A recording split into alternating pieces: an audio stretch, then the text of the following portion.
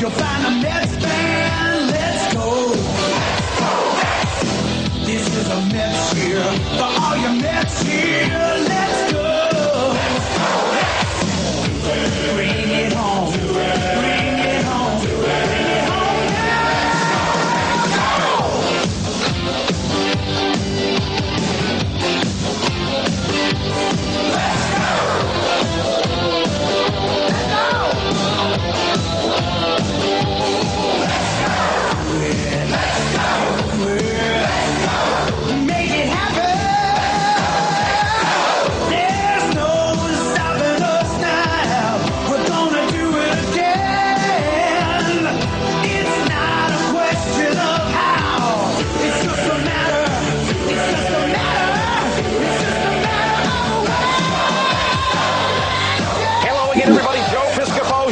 Stadium, the big story, Mets 86. Exciting, thrilling, awesome. Let's take a look.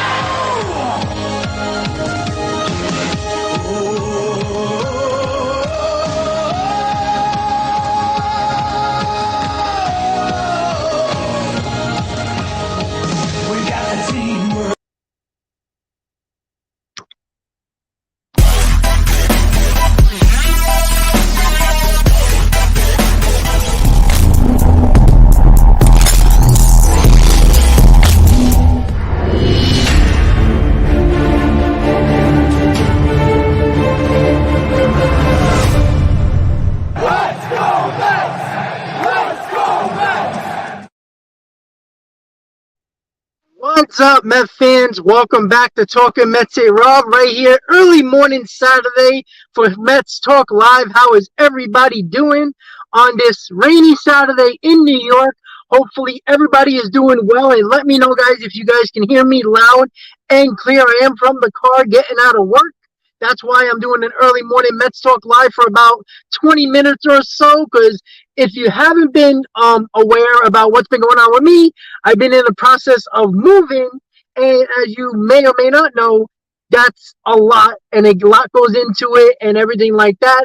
So I'm in the process of moving, so that's going to take a ton of work, and a lot has been going on with that. So I'm glad I can actually get a live stream in for at least 20 minutes or so while I drive home from work.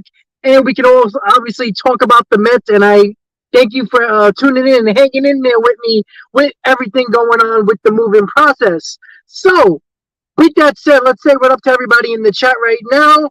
We got Ken, of course. We got Let's Go Brandon. We got Ocean View. We got Ilmerica. We got Mets fan MB, Sean, a member of Talking Mets with Rob. We got Rocky. We got a third right wing. What's up? Who else we got here? I think I saw somebody else. So let's that is it for now. Yeah, it does look dreary. It's a little rainy outside today. A little chilly, but you know what?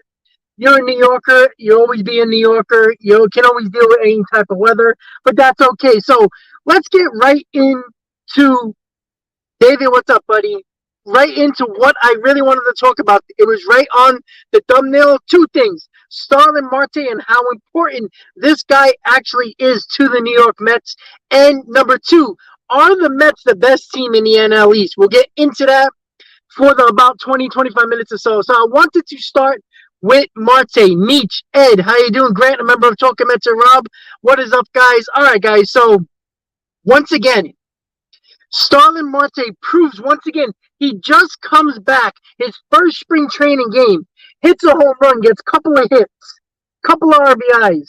This guy continues to show you why he was so important to the New York Mets lineup last year and why people continue to step over the fact that Starling Marte missed the entire month of September, and we keep on thinking, oh, like that didn't matter, and yeah, we played bad teams, but when your offense and one of your biggest spark plugs in your lineup in Starling Marte, Marte can do everything from use his speed, use some power, get clutch hits. He's one of the most, I think it was Baseball Reference or one of the stats websites that looked through this and said that Starling Marte has the most clutch hits over the last 5 years amongst baseball players.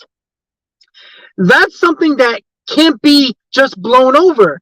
And all the people that were like, oh, the Mets played the Nationals, they played the bad Cubs, this team, that team, all the bad clubs, we understand that.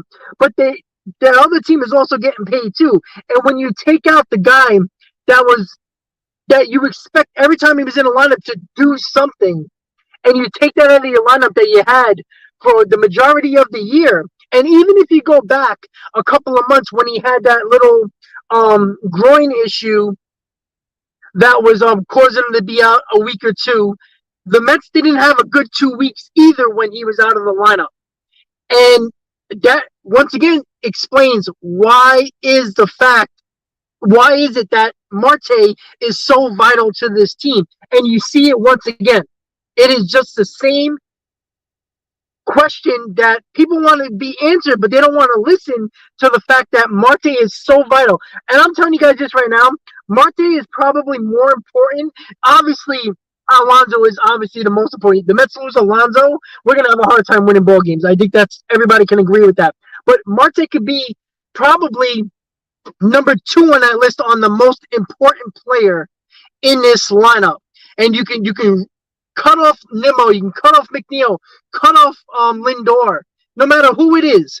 The Mets could survive 2 months without the guys I just mentioned. But for some reason, Starling Marte, you saw the Mets lose a full run in the month of September just by having Starling Marte out of that lineup.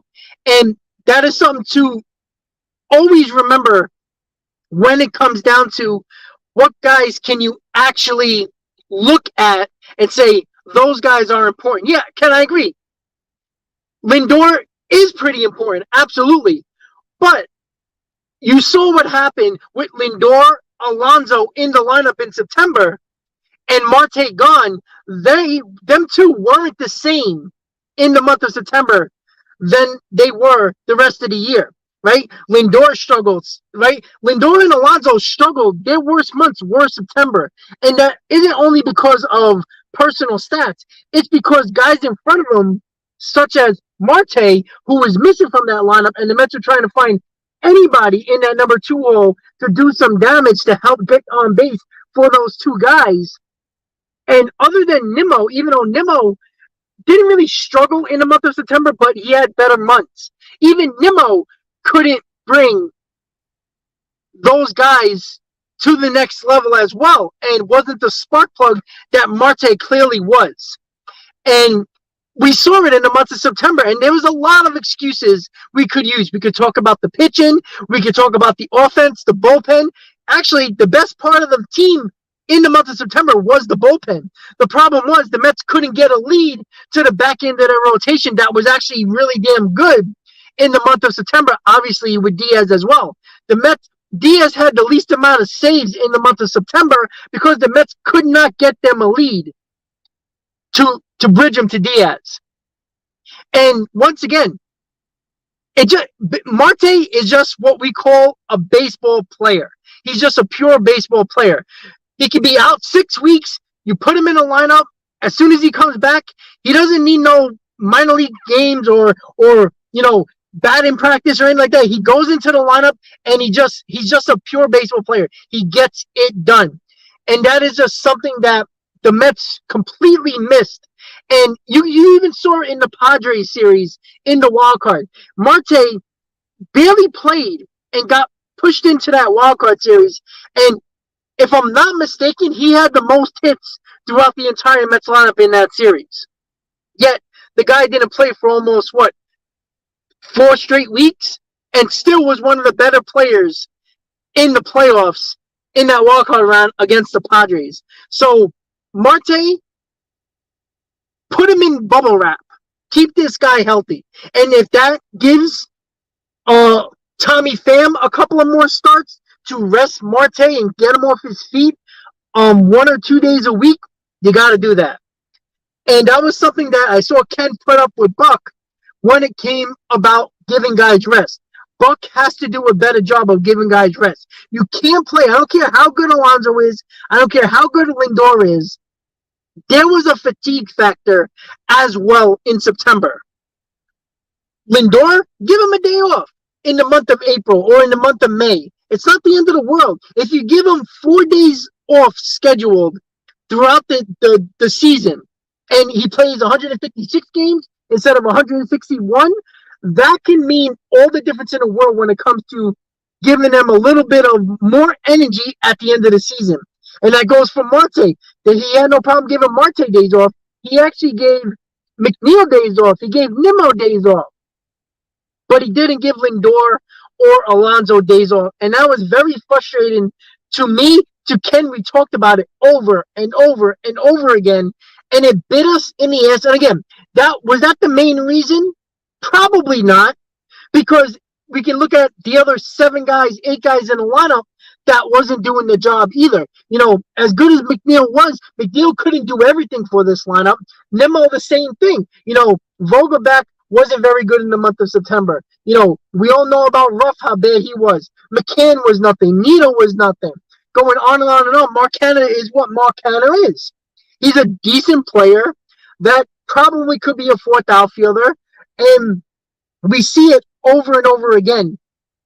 When it came to fatigue and having Marte out, I think it was a combination of those things that really had the offense suffering. And no matter if you play bad teams or good teams, they are still major leaguers. And if you don't play to your capabilities, you can get beat every single day. It's a 162-game season. You can lose to anybody. That's why when you lose a series against a terrible Nationals team, everybody's going to be like, how can you lose to that team? Well, it's baseball.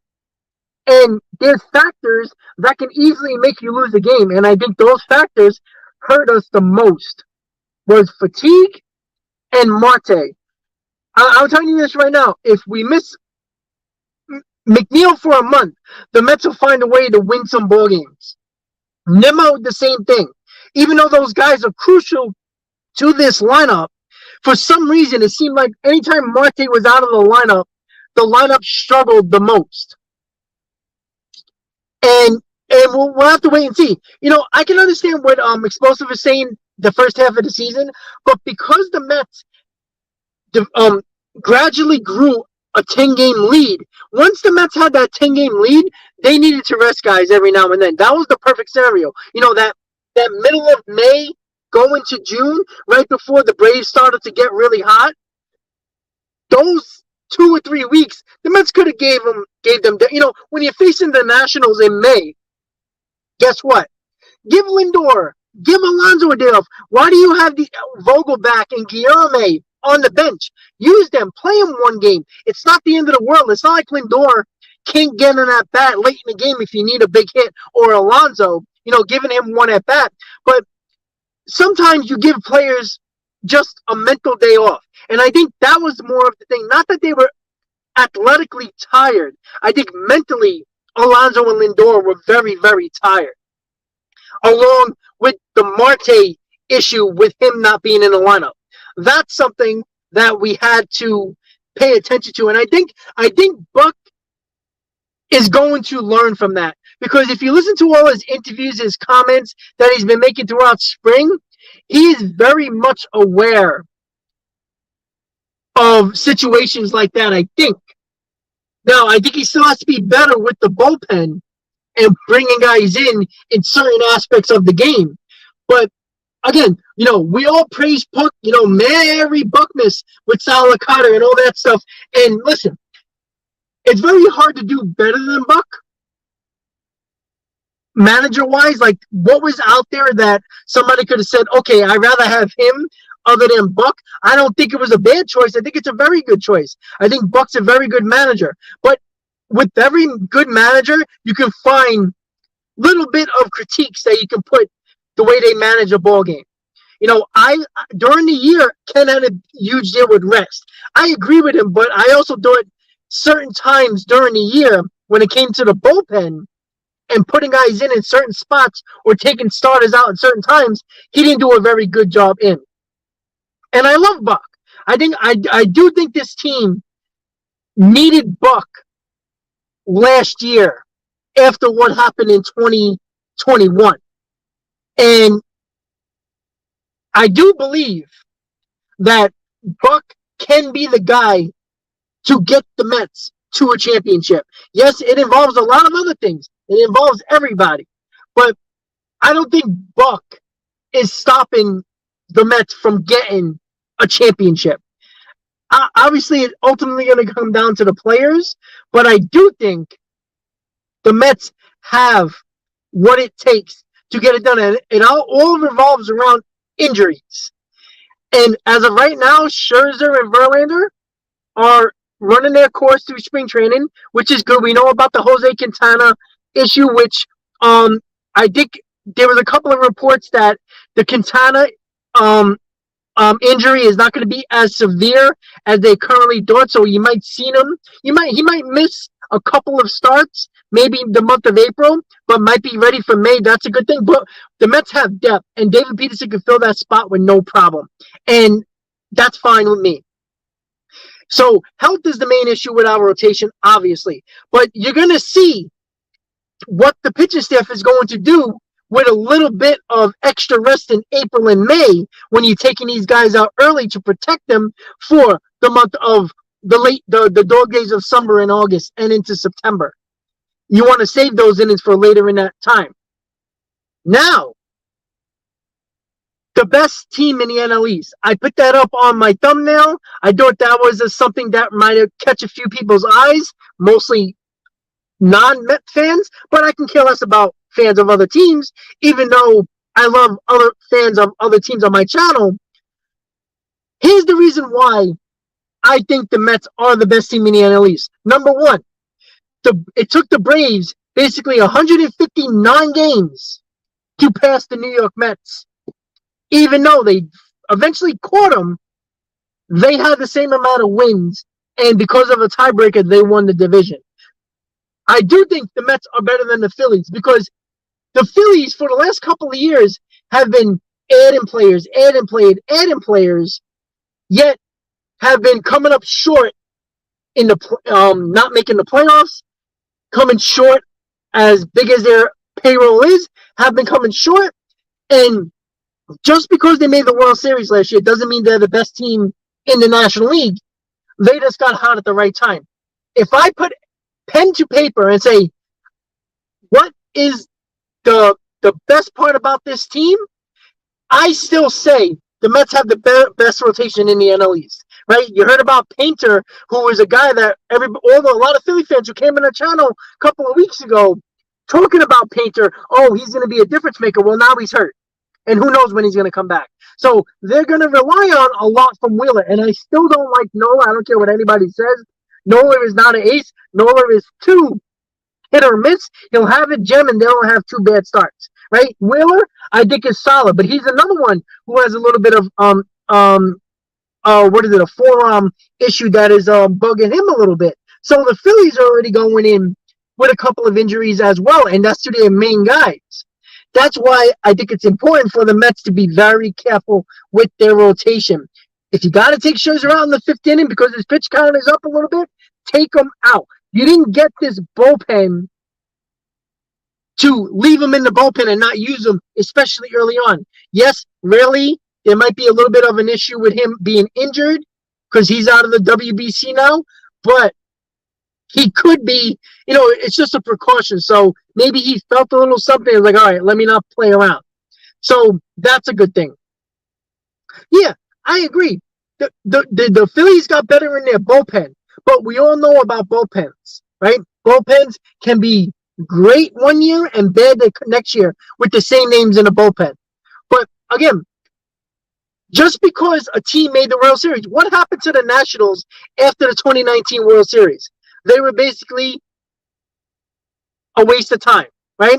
Not saying the Phillies are going to be a bad team. I don't think they're going to be. I think every team in the NL East is going to have over 90 wins. That puts a lot of... And you know what? I am already saying this. I don't think any team is going to have 100 wins in the NL East. So that might be a little bit of a hint of what I'm going to be thinking for my predictions when I do it later this month. So that's something you have to look at as well. But you know what? The Braves, who, if you listen to the Braves, it's like Swanson never existed. They just say, oh, Grissom. Well, can Grissom be as good as Swanson? Because if he's anything less, the Braves are in trouble. And I don't like their pitching staff, right? I don't like it. I don't think Strider is actually as good as everybody thinks he is.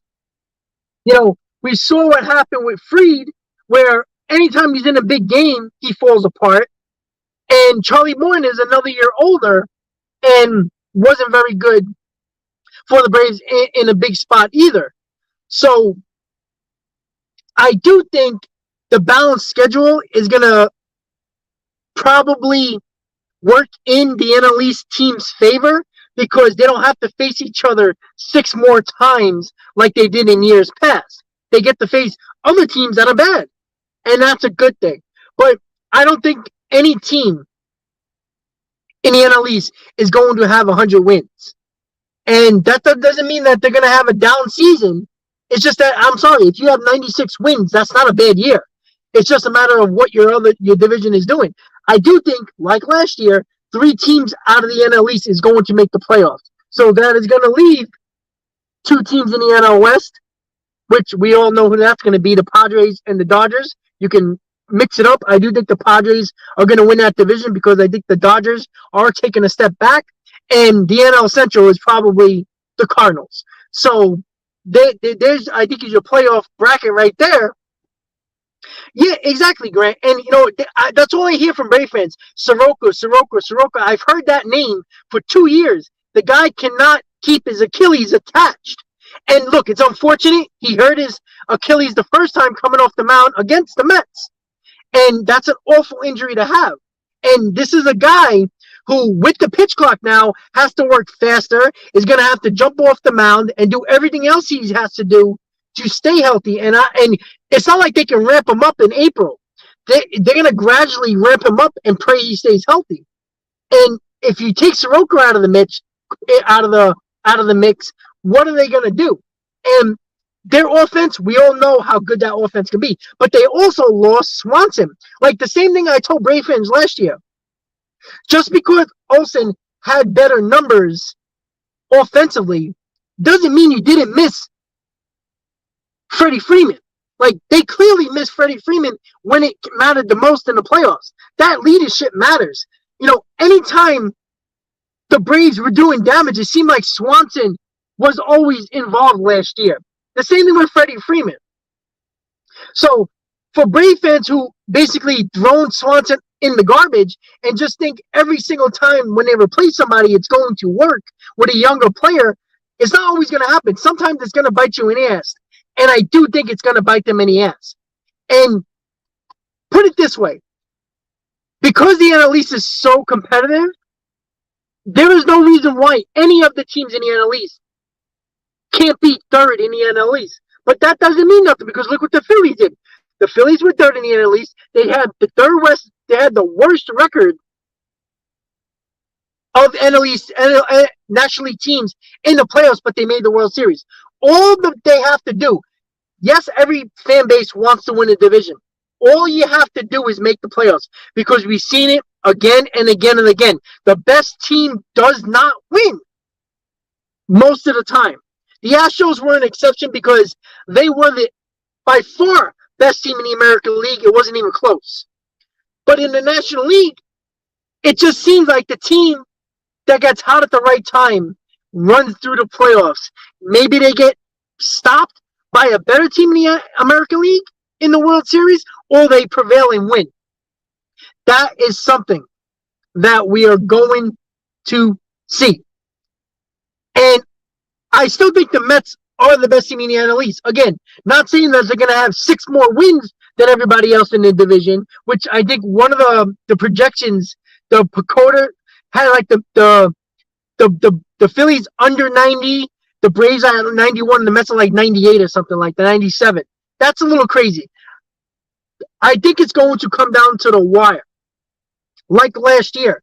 But I think 3 teams are going to be in the mix for the last month of the season. But as long as, look, it's going to be very difficult for the Braves, the Phillies, and the Mets not to make the playoffs. Because the Central, I think the Brewers are going to take a step back, even though they got very good pitching. But I think they're going to start trading off guys at the deadline. And I think that's going to help teams that are trying to make the playoffs in the National League a little bit more easier, because the Cardinals are going to win that division. The 2 spots in the West is going to be the Dodgers and the Padres, nobody else. So you got 3 spots available.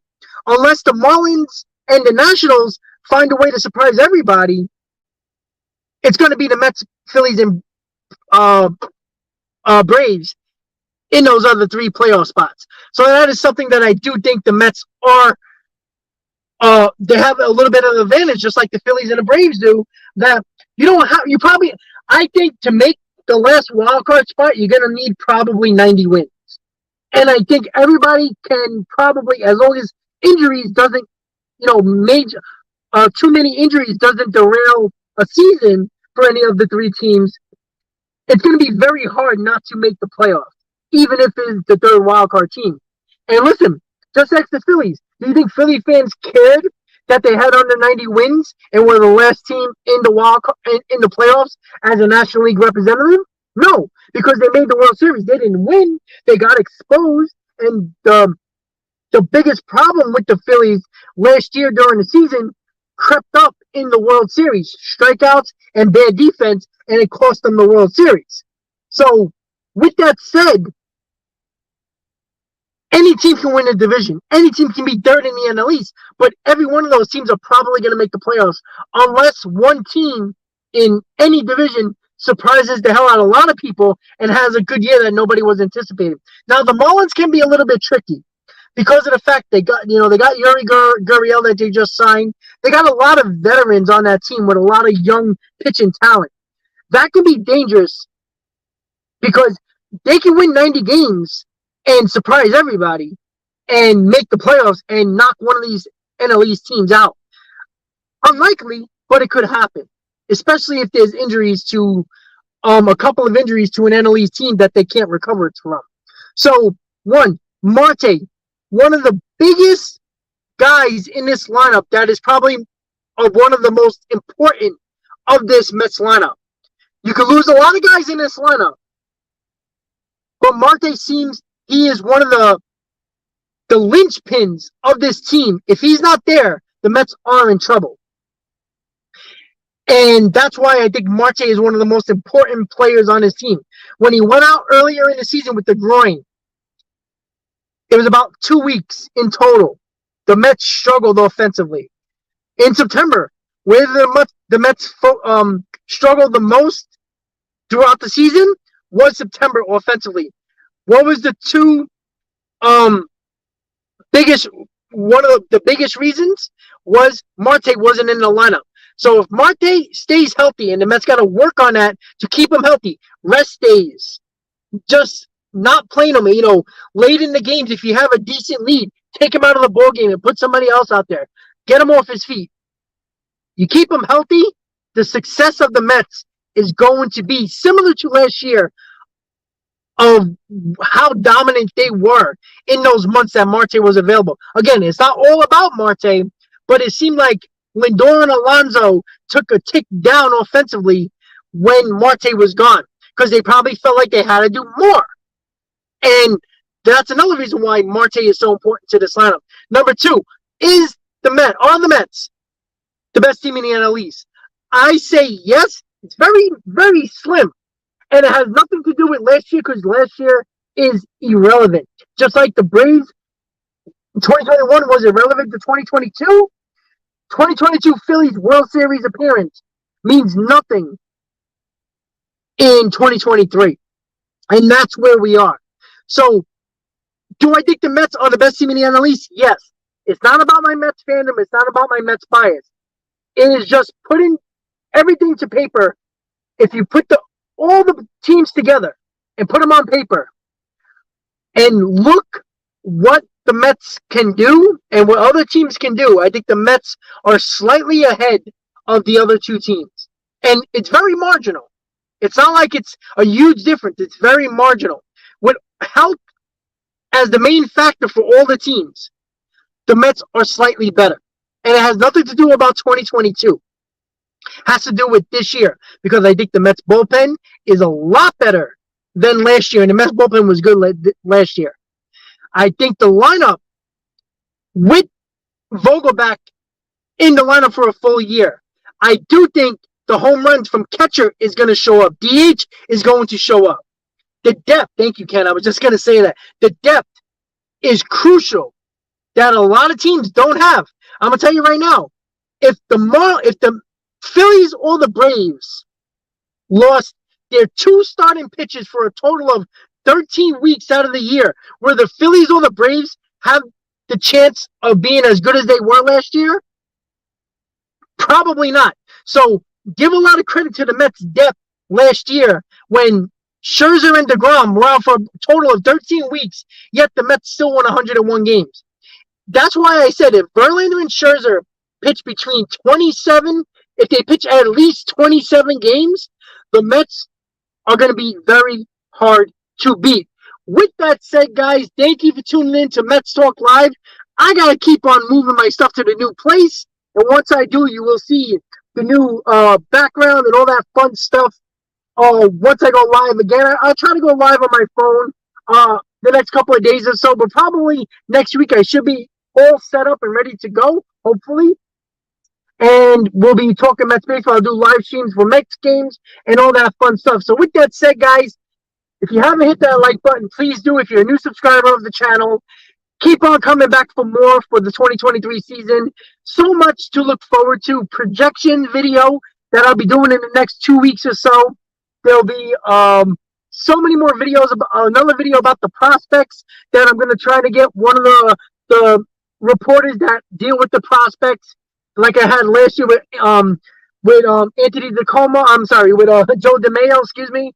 And it's going to be a lot of fun. Yes, I'm parked right now because if I'm driving, I get a little, I get into it. I get passionate about this Mets team. So, I don't want to be, like driving down the road. Oh shit, red light. Nah, we don't need any problems, right? So with that said, guys, everybody have a great rest of your Saturday. Let's go Mets.